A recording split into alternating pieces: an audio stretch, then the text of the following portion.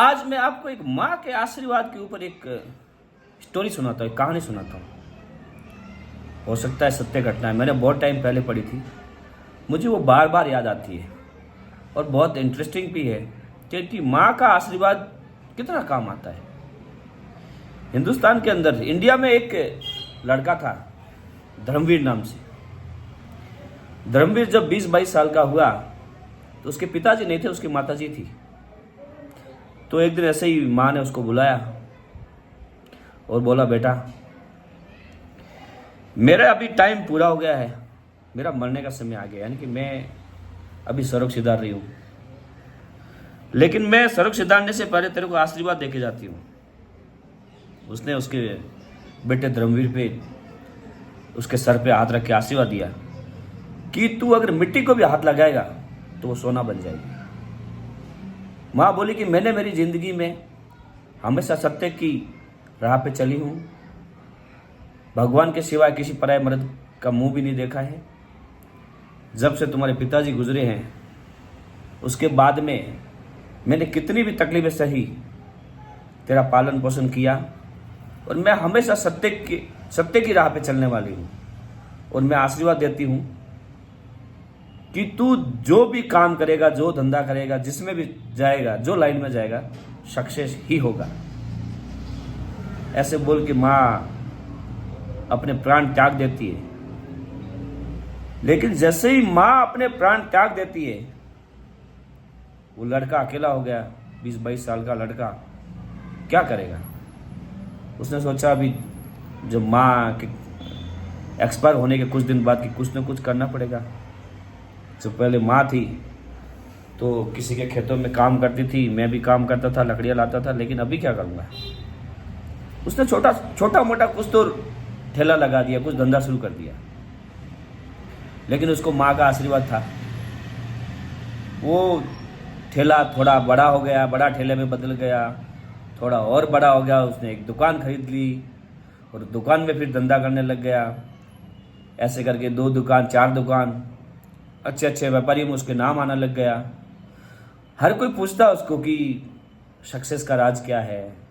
जो बंदा एकदम गरीबी की रेखा के नीचे से उठ के आता है, वो बहुत सक्सेस होता है ना, लोग उसके बारे में विचार करते कि भाई क्या है, इसने कुछ अलग किया है, क्या अलग किया है, इसकी वजह से ये इतना सक्सेस हो रहा है।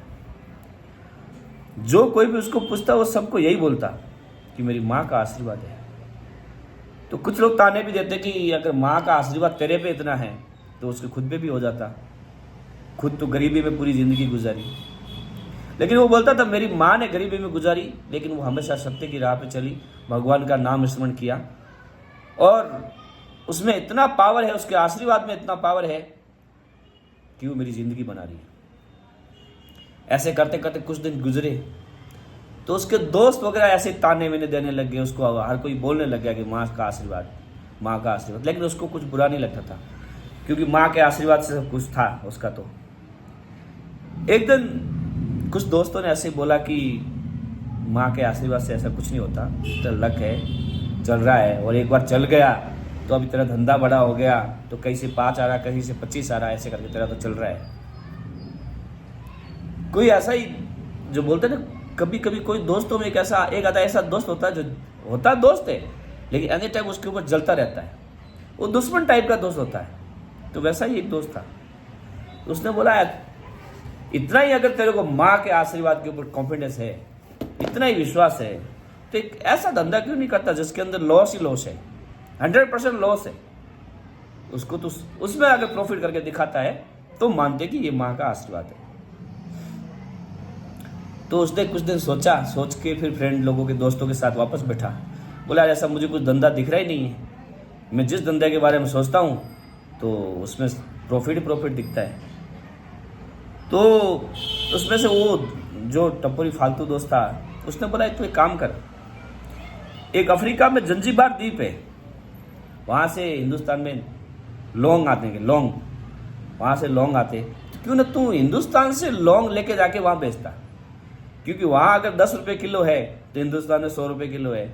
वहाँ से लेके आना, ट्रांसपोर्ट, चुंगी नाका जो भी है, तो वही 100 रुपये के लौंग यहाँ से वापस वहाँ लेके जाके बेचेगा, तो सीधी बात तेरे को लॉस ही लॉस होगा। उसने भी दिल में ठान ही लिया कि मुझे यही करना है। उसने एक नाव ली, नाव के अंदर लौंग पूरे भरे, एक बेड़ा बनाया पूरा, उसका जो साथी भी थी साथ में, लश्कर विस्कर जो भी थे, लेके वो चला गया, जंजीबार द्वीप चला गया। जब वो जंजीबार द्वीप चला गया, उधर तट पे उसने नाव रोकी अपनी, उतरा, इधर उधर देखा, लोगों से सलाम मशवरा किया, किसी को पूछा। जैसे ही वो कुछ लोगों को जानकारियाँ ले रहा था, अपने बारे में जानकारियाँ दे रहा था, वहाँ से एक ऐसे राजा जैसा दिखने वाला बंदा आ रहा था, एक आदमी, साथ में 150 आदमी लेके आ रहा था। तो उसने पूछा भी ये कौन है? तो बोला ये हमारे सुल्तान है। वहाँ राजाओं का राज था, तो वो सुल्तान था वहाँ का। ये गया वहाँ पे धर्मवीर जाके राजा को सलाम मशवरा किया, सलाम किया, नमस्ते किया और बोला कि मैं हिंदुस्तान से आया हूँ, व्यापारी हूँ। राजा ने उसका स्वागत किया, अच्छी बात है आए तो, क्योंकि व्यापारी लोग पहले हिंदुस्तान से बाहर जाते थे, बाहर के हिंदुस्तान आते थे, मसाले का व्यापार करते थे, उसमें राजाओं को फ़ायदा ही होता था। तो बोला ठीक है, क्योंकि राजाओं को तो उसमें टैक्स मिलता था। तो राजा ने बोला कि हाँ, उसने, वो राजा जो था और उसके साथ में जो लोग थे, उन सब लोगों के हाथ में छानियाँ थी। छाननी समझते हो, जो मिट्टी छानने की या कुछ आटा छानने की या चाय छानने की छाननी होती है, छन्नी, वो छन्नी थी, सबके हाथ में छन्नी थी। तो उसने बोला कि राजा साहब, अपने आदमियों के पास बंदूकें होने चाहिए, तलवारें होनी चाहिए, धारियाँ, ये वो सब होने चाहिए, लेकिन ये छन्नी वाला ये बेटर क्या है? तो राजा ने बोला कि मेरे हाथ में एक अंगूठी थी, कल समुद्र के किनारे में आया था, यहाँ टहल रहा था कुछ लोगों के साथ, कुछ दोस्तों के साथ में। वो अंगूठी मेरी किसी पीर ने दी हुई थी और वो इतनी लकी थी कि मैं, हमारी पूरी प्रजा उस अंगूठी के बाद में, अंगूठी जब से मैंने पहनी है तब से पूरी प्रजा खुश थी एकदम। जो भी मैं काम करता हूँ वो सही होता है और कोई दूसरा देश आक्रमण भी नहीं करता, प्रजा में सब शांति है। लेकिन वो अंगूठी कल मेरी यहाँ कहीं गुम हो गई है, तो उसको ढूंढने को आया। तो बोला ठीक है। तो राजा ने पूछा तुम क्या व्यापार करने आए, क्या सामान क्या लेके आए हो? तो उसने बोला कि मैं लौंग लेके आया हूं हिंदुस्तान से। राजा आश्चर्यचकित हो गया कि लौंग लेके आ गया। लौंग तुम्हारे वहां, हमारे यहां से जाता है और यहां तो ऐसे ही मिलता है, ऐसे कौन खरीदेगा? ये जो जितना लौंग लेके आया, जितना तूने खर्चा किया है, उतना भी इसके ऊपर तेरे को मिलेगा नहीं। तो वो ठीक है, अपना नसीब। लेकिन फिर राजा ने पूछा कि ऐसा तेरे को क्या विश्वास हो गया, तू यहाँ आया है लौंग लेके, तो कुछ तो सोच विचार के आया होगा। वो पता भी है कि यहाँ पे लौंग मिलता है, सस्ता मिलता है, बहुत सस्ता, तुम्हारे वहाँ से 10 गुना सस्ता। तो उसने बोला कि मेरी माँ का आशीर्वाद है कि मैं जो काम करूँ उसमें लॉस नहीं होता कभी, इसलिए मैं आया हूँ कि ये भी मैं करके देखता हूँ। तो बोला इतना क्या आशीर्वाद में पावर है? तो इतना पावर है कि मैं ये जो मिट्टी है समुद्र की, इसमें अगर हाथ डालूं और मिट्टी में हाथ डाल के मुट्ठी भर के बाहर निकालो तो मेरा वो मिट्टी भी सोना बन जाती है। तो राजा ने बोला चल ठीक है, इसका भी ये कर परीक्षा लिया जाए। उसने ऐसे बोल के, ऐसे ही बोलते ना, मिट्टी में हाथ डाल के, बोलते बोलते मिट्टी में हाथ डाल के मुट्ठी बाहर निकाली, उसमें रेत थी और रेत के अंदर राजा की वो अंगूठी थी। राजा आश्चर्यचकित, ये बंदा आश्चर्यचकित। राजा खुश हो गया, इसको गले लगाया, अपने महल में लेके गया, सेवा साकरी की, हफ्ता 10 दिन 15 दिन उसको रुकवाया। वहाँ पे रुकवाने के बाद उसको बोला तेरी माँ का आशीर्वाद है, माँ से बढ़कर कुछ नहीं।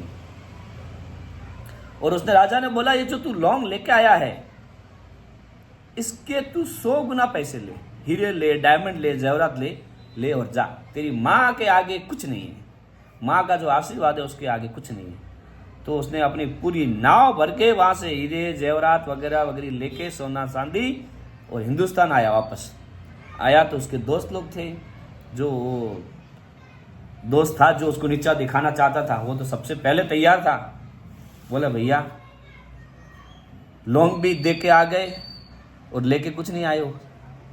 वो आके नाव के बाजू में देखता है तो नाव पूरी हीरे जवाहरा सोने चांदी से भरी हुई। तो बोले ये कैसे हो गया? तो उसने कहानी सुनाई कि ये ऐसे हो गया। फिर सबने मान लिया कि माँ का आशीर्वाद उससे बढ़कर कुछ नहीं। तो मुझे लगता है आपको बहुत पसंद आई होगी और ये मेरी भी फेवरेट है। I hope you like it. अगर पसंद आई हो तो शेयर ज़रूर करना। Thank you very much.